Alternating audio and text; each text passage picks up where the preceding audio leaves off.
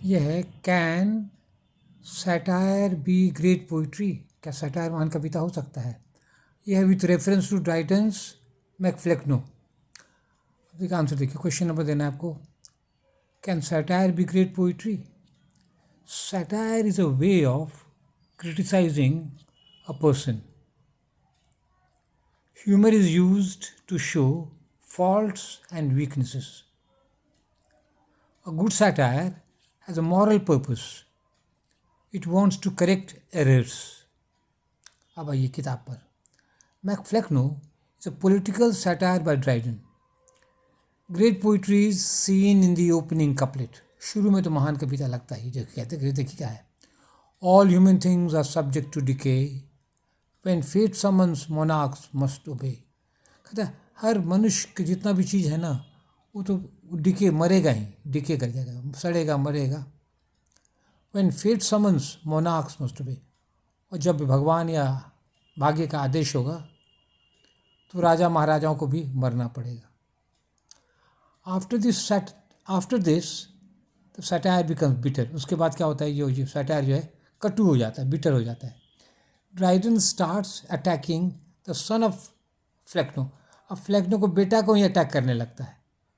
Mac means son, the title means the son of Flecknoe, ये है। Shadwell is the most stupid son of Flecknoe. Flecknoe को कई बेटे हैं, कई उनको बहुत सारा बेटा है। ये जो है ना सबसे ज़्यादा मूर्ख, most stupid. Shadwell is mature in dullness from his tender years. Tender में बचपन से ही वो ना डल है, मेच्योर एकदम।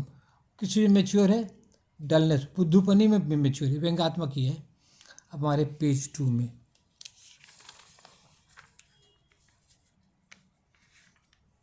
अभी क्या कर रहा है, शैडवेल नेवर डिविएट्स इनटू सेंस। अकल की बात वो गलती से भी नहीं करता है, डिविएट भागता है नहीं, कभी भी सेंस बातें नहीं करता है।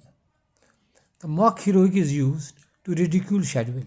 और मॉक हीरोइक यूज़ किया जाता है उसको व्यंग करने के लिए। जैसे क्या कहता है, he is on his boat, वो बेचारा छोटे से नाव में है। In contrast Cleopatra is on a barge in Shakespeare's play Antony and Cleopatra. और एंटोनी क्लियोपाट्रा में ये जो क्लियोपाट्रा बहुत विशाल नाव में है, उसके कंपैरिजन में ये छुटकुनिया नाव में है। ये तो व्यंग दिखाता है कितना तुच्छ ही है, कितना नीच है, कितना छोटा है। Dryden mentions the evils in his society, और अपने समाज में जो कुरीतियाँ उसको जिक्र करता है। Brothel houses and polluted Joy. Brothel में तो वेश्याओं का घर जो होता है। पोल्यूटेड जॉय, वहाँ पर जो गंदा गंदा काम में जो आनंद लेता है। Shadwell is connected with these evils, और शैडवेल को ही सबसे कनेक्शन जोड़ देता है। During the coronation of Shadwell 12 owls and 6 vultures are present. और उसका जो राजमुकुट होता है उसका शैडवेल का, 12 उल्लू है, बताइए 12, और 6 गिद्ध है। तो ये सब व्यंग है, ये सब व्यंग है, कटु व्यंग है। The most defective part of MacFlecknoe is when Dryden mentions kiss my RC. अब ये सबसे गंदा है, क्या कहते हैं, सबसे खराब पोर्शन इसका ये, किस चूमो के माई आरसी। मैंने देखी क्या होता है, अब पेज 3 मारे हैं। आरसी का कविता में देना नहीं चाहिए। आरसी मीन्स बटक और एनस। बटक तो समझते हैं, एनस हुआ पैखाने का रास्ता, तो उसको किस करो। तो ये है ना अति हो गया। ये ड्राइडन का जो सटायर को ग्रेट पोइट्री नहीं बनने देगा। Dryden mentions the mountain belly of Shadwell and his habit of drinking and taking drugs. ये सभी मेंशन करता है, घिनौना सब काम सब। In the end of the poem Flecknoe has a shocking death. और फ्लेक्नो जो बाप है उसका बहुत दर्दनाक मौत होता है। कैसे होता है, he falls into hell through a trap door. नरक में गिर जाता है नीचे through trap door. Trap door क्या होता है, this is a small door in a floor. जमीन में एक तो छोटा सा छिपा हुआ डोर होता है, उसी में किसी को छिपाना रहा तो गिरा देता है, गिरा के उसको नरक भेज देता है। Shadwell becomes the foolish ruler after his father's death. और पिता के मरने के बाद ये मूर्ख राजा यही बन जाता है, फूलिश। देखिए, the question of succession was hotly debated during Dryden. Dryden के समय में कौन राजा बनेगा सक्सेशन का है, ये बहुत भयंकर लड़ाई चल रही थी।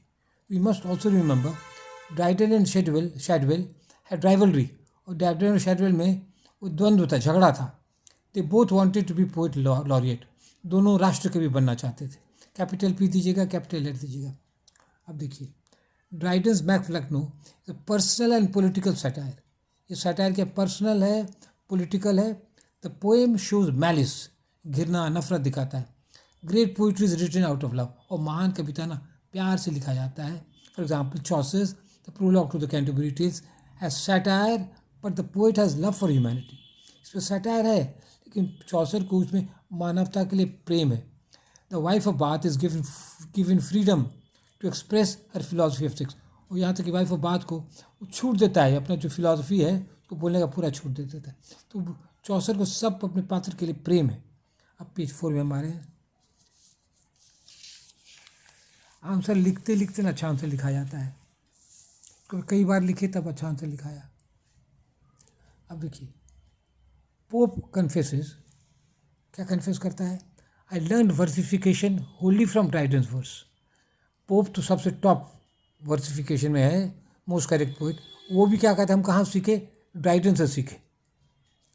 But pope does not adopt Dryden's bitterness, लेकिन अपने सटायर में कटुता नहीं लाता है पोप, वो ड्राइडन से कटुता नहीं लाता। वर्सिफिकेशन बोले सीखा है, कटुता उसे नहीं सीखता है।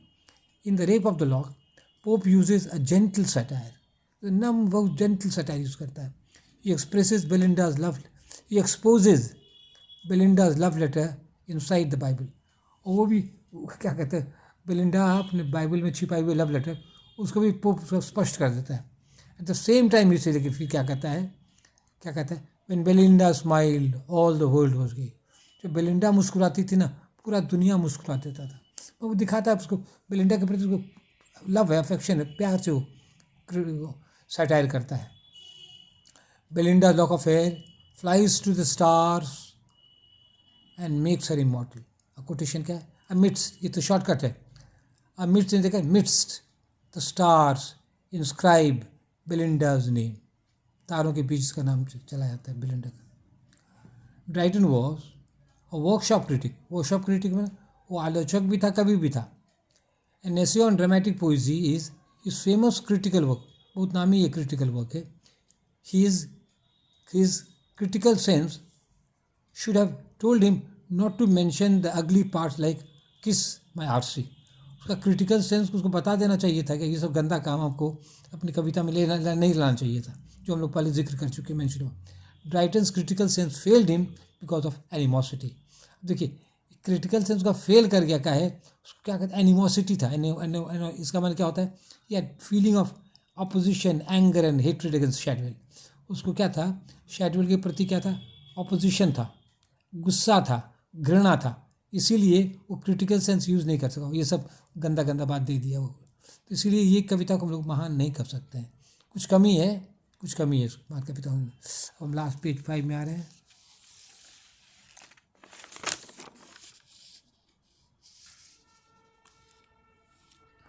ठीक है, तो उसको ड्राइडन को शैडवेल से नफरत था, दुश्मनी थी। Dryden had the ambition of becoming epic poet. अब देखिए, उसका ड्राइडन का महत्वाकांक्षा, एम्बिशन था, लक्ष्य था कि हम भी एपिक लिखें जैसे मिल्टन लिखा था। But because of the pressure of Charles two, Dryden wrote plays to entertain the king and the rich people. लेकिन राजा के दबाव में, पैसे की कमी में ड्राइडन क्या किया, वो ड्रामा लिखने लगा राजा के मनोरंजन के लिए और अमीर लोगों के मनोरंजन के लिए।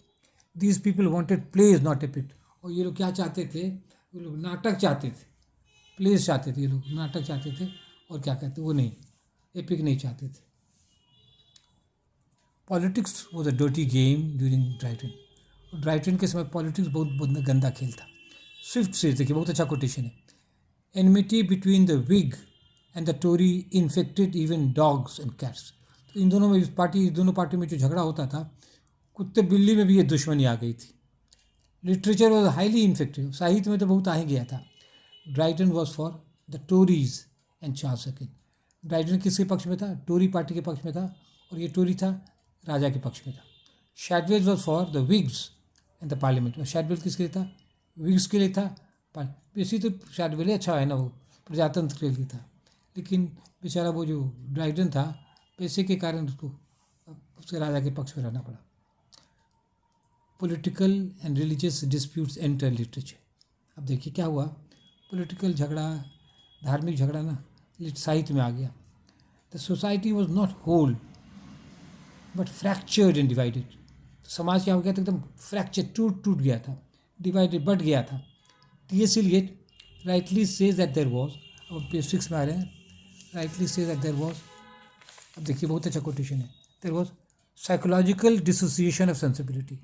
क्या कहता है, पूरा समाज टूटा था तो क्या हो गया, साइकोलॉजिकल डिसोसिएशन, टूट गया था, सेंसिबिलिटी जो क्रिटिसिज्म, दिमाग सब एकदम टूट गया था। सब कोटेशन दे सकते हैं, psychological dissociation of sensibility. Dryden's Alexander Feast और The Power of Music can be considered a great poem। इसको हम लोग महान मान सकते हैं। This is a node in honor of Saint Cecilia। इसके सम्मान में ये कविता लिखी गई है। Cecilia is the saint of music, और संगीत पर है, ये कविता महान भी है।